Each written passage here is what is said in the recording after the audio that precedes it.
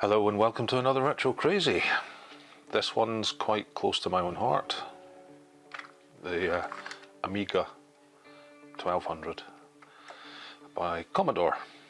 I started off many years ago with an Amiga 500, which I expanded by adding in the A520 20 meg hard drive, and then added in a pair of Commodore A1010 external floppies and of the obligatory half meg upgrade and the trapdoor expansion, and that did me for many years.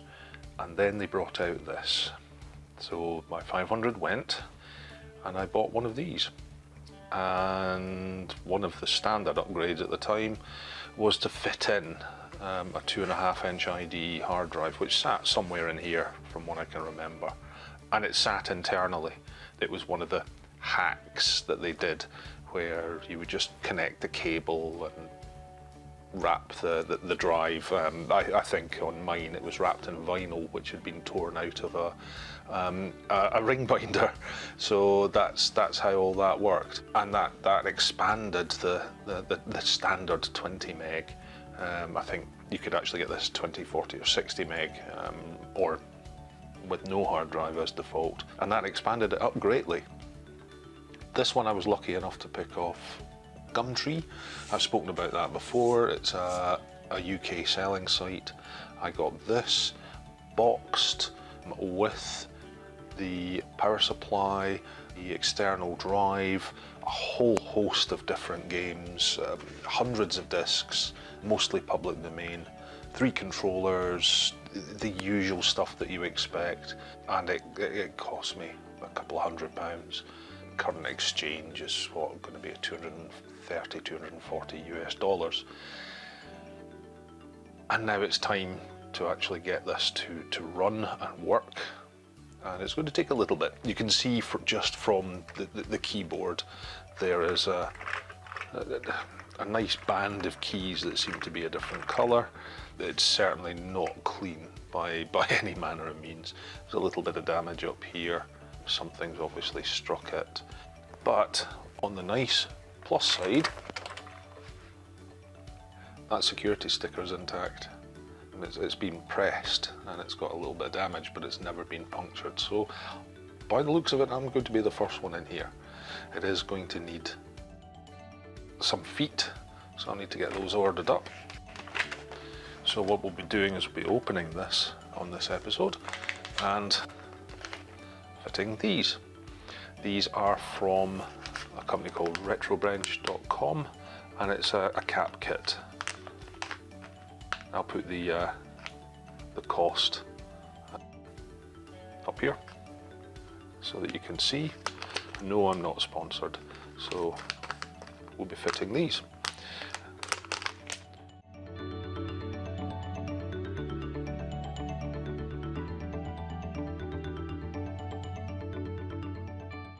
Ooh, here we go, we get to puncture this warranty seal.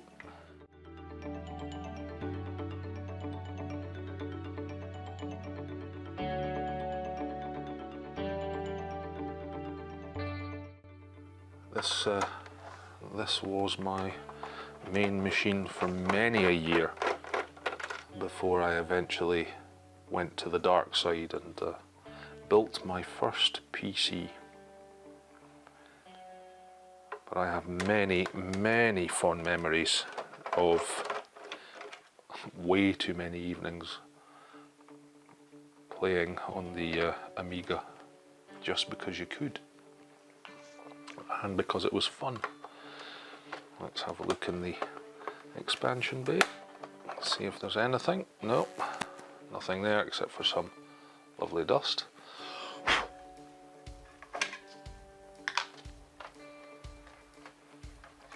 Right, That appears to be all the screws. So let's find out how she is inside. Oh, dusty. Very, very dusty. So first look, you can see the keyboard. We have the connector for the lights, which runs up here, up to the LEDs. A little bit of corrosion on the shield, but at the age of it, I'm not surprised. Keyboard is very, very dusty. So we lift this carefully, because I can get under to the connectors, in fact. Let's carefully remove the keyboard. And if I do that, then I can move everything out of the way and show you the connector. So you've got one connector here, disconnect, and now the keyboard will come away quite happily from the upper. Now the keyboard is filthy.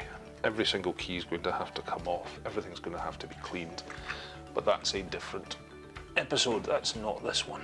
I'm not interested in the aesthetics of the machine at the moment. I'm interested in making sure that it continues to run. I am going to lift this off because the plastics are also going to need a good clean. They're actually in quite nice condition. They've not yellowed too much. So I'm quite happy with that. And it was sold to me as a working machine. So hopefully we will not be doing anything destructive. So here's the floppy drive, simple ribbon cable here, and one connector which we can pop. Should just wiggle out like so. There is a tab on it, which is why I pulled it forward. And again with the connector, I'll maybe wait until I can move it slightly further. There should be, as I remember, a single screw here.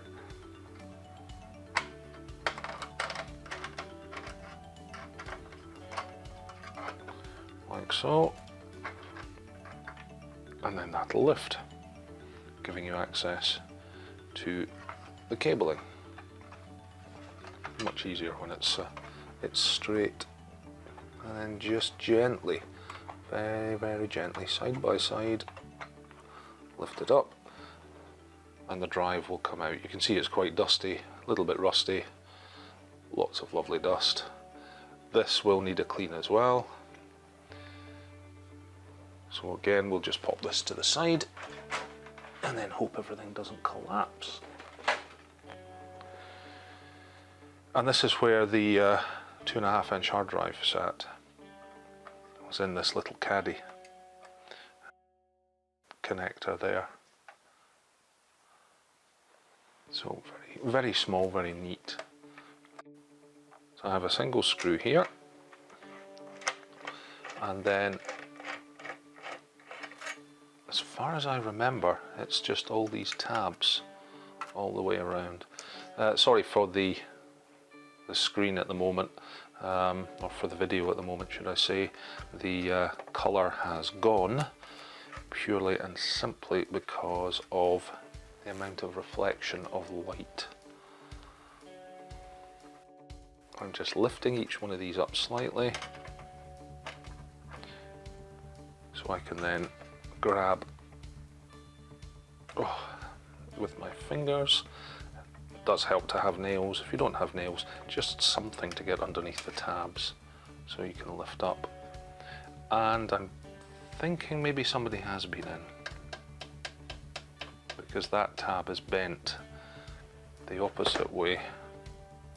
Oh, missed one.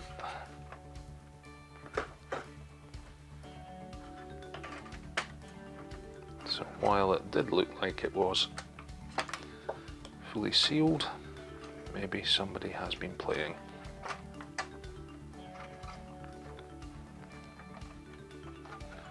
I really can't remember how far you've got to take this. I can't remember if this, I think that comes up with this. It's been a long time. Yeah, I think that's been bent down the opposite way. I don't think there are any more screws underneath.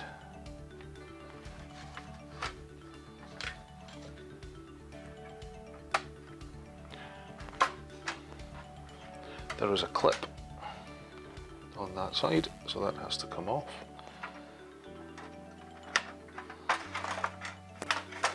And there we go. Again, look at the state of that. It's going to need a very good clean.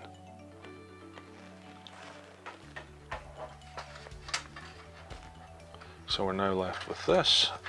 So hopefully the final will just be to lift this off. I am going to have to undo these because this is trapped underneath. I'm going to guess somebody has been in because that's been buckled. Although I do have to say the tabs actually don't look like they've been bent before. It may just have been very poorly assembled in the factory, I'm going to guess.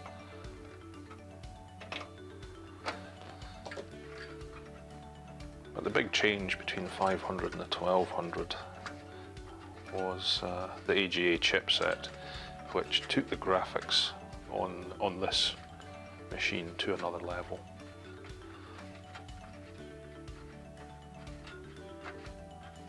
These are a little bit longer than I thought. There we go, quite lengthy.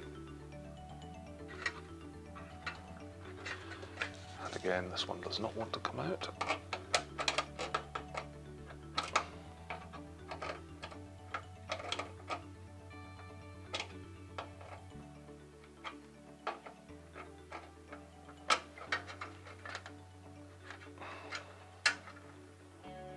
Wow, that certainly does not want to come off. In fact, temporarily I can ignore that just to get the heat shield off. Oh, okay, it is a tight fit. It is just pushed down.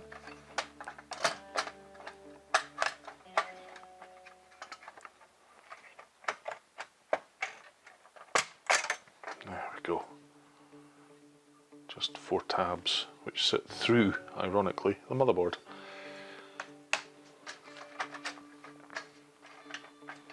So let's pop this.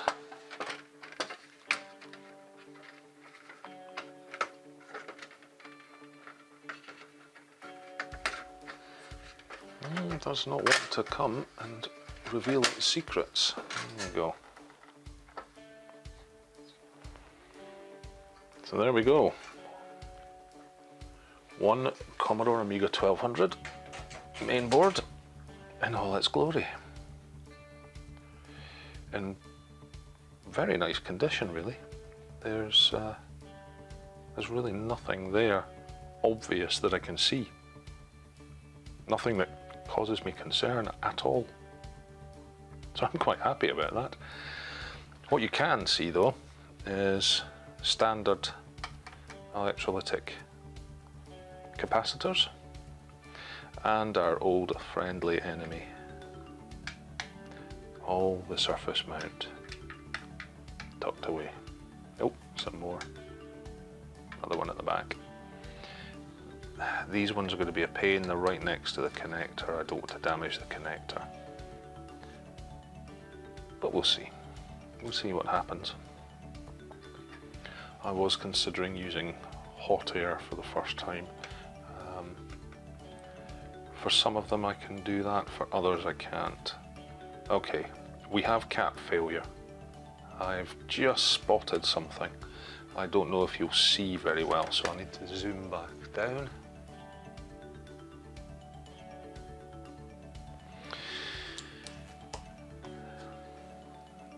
This capacitor has failed. The reflection I can see on the monitor is different. It's up. It has failed. It's gone. I can also see that the connector where it's onto the board is tarnished. So we're right at the point where this cap is ready to blow, ironically. I don't know if I'll get a better view of that for you. If you can see just how domed that cap is. It's the only one on the circuit board that does appear to be that bad. Okay, give me a second. I'm just going to pop the rest of this apart.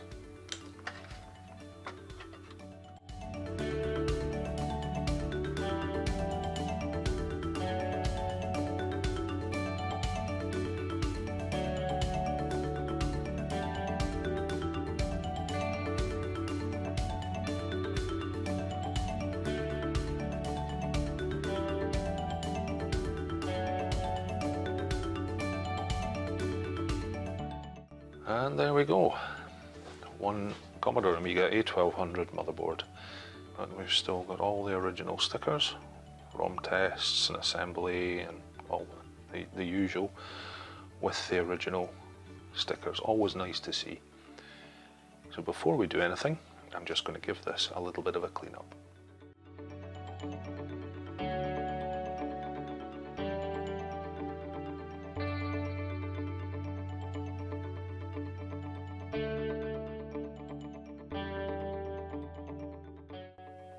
All I've done is given this a brush over with an anti-static brush, and it looks lovely. I'm not going to have to do anything else other than swap out the caps, so I'm really happy about that. I am now going to remove all the caps. You've seen me do this before. A Q-tip, a cotton bud, that's my preferred method for the type of flux I've got. For example, I'm just going to put some on.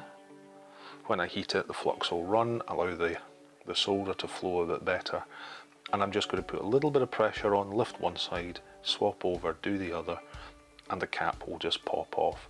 Once all the caps are off, I'll give it a good clean up before we look at putting the new caps on. So I'm going to do this for them all. I'll see you once it's done.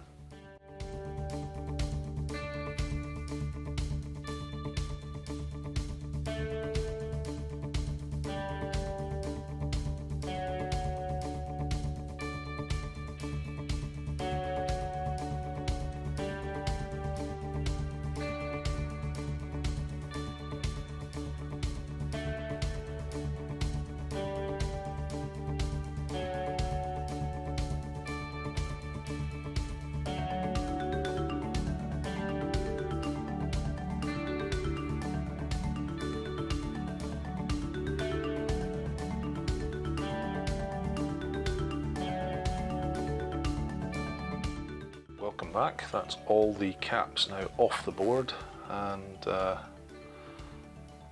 yeah, most of these look okay for the most part. Absolutely fine, but replacing them anyway. And then we've got all these. Now, if I can find, there it is. Hopefully you'll be able to see the difference if I put these up next to each other.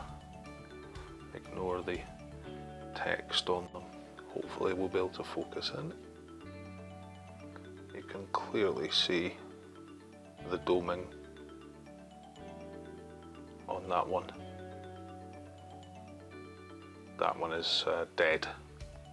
And unsurprisingly, when I was working around that area, the smell of fish was yeah, quite overpowering. So next is going to be a quick cleanup of the board, and then I'm just going to take some of the braid and I'm going to clean up all of the points, make sure they're nice and clean.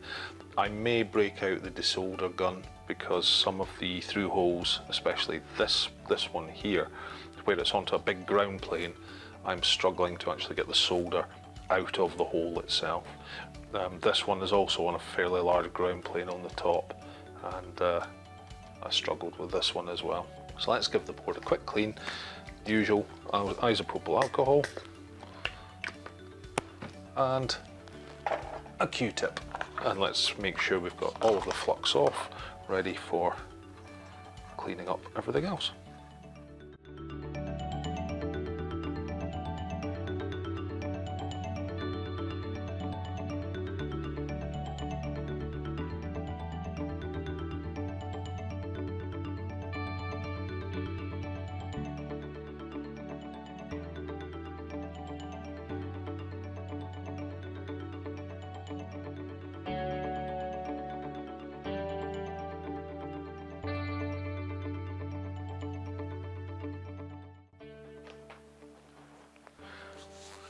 Now I cannot stress enough, if even during the fast forward you saw me hopefully heating one side of the cap, gently lifting, moving to the other, back and forward, back and forward, back and forward. In fact, with a couple of them I took quite a while. If you just heat one side and lift, you are going to rip the pads off on the circuit board. So carefully heat back and forward, back and forward, back and forward. It's the safest way to do it, and it works. So take your time, there's no issue. Now, where I got to the thicker ground planes, I actually changed from 350 to 390 on the solder gun, just to get some extra heat in so I could get the caps out. Ironically, I think these caps are going to be fine. I don't think there's going to be any issue, assuming I can get these in here to test. Let's see what it says.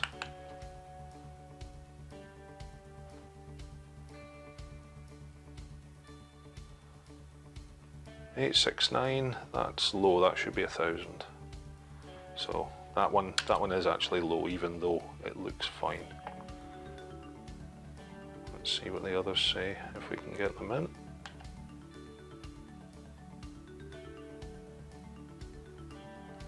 $459, and that one is $470. So that one's fine, there's no issue with that. But we're still replacing them because it's better to be safe than sorry. 828, and that one's 1,000, so the thousands are low.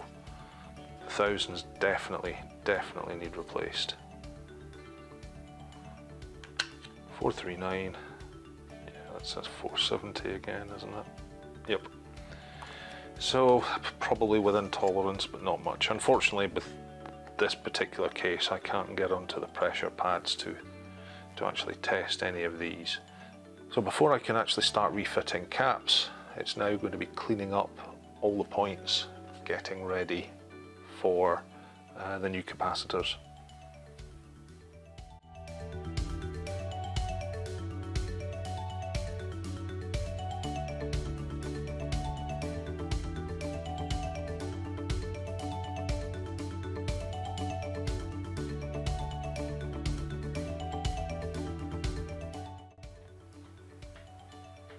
So that's everything now cleaned up. Unfortunately, I've got one pad that has lifted, so I've got to be very careful. Hopefully I'll be able to reuse it, but I've just got to be careful of this one pad here. We'll see if we can find some way of attaching it, track where it goes, maybe run a trace wire. But that can happen when you're doing this. So on to recapping. And the nice thing about the guys at Retrobench, when they supply these, you'll see that each one is nicely marked with its value, its voltage, but also a colour. And that colour is on one of these. And they send this through via email when you first get your stuff through. And it's just a link to this which you can print out. And it actually tells you what each of the colours is, and shows on the board where each one goes, so you just match up each one, and you're laughing. So let's have a look first of all at this damaged pad under magnification and see what we can see.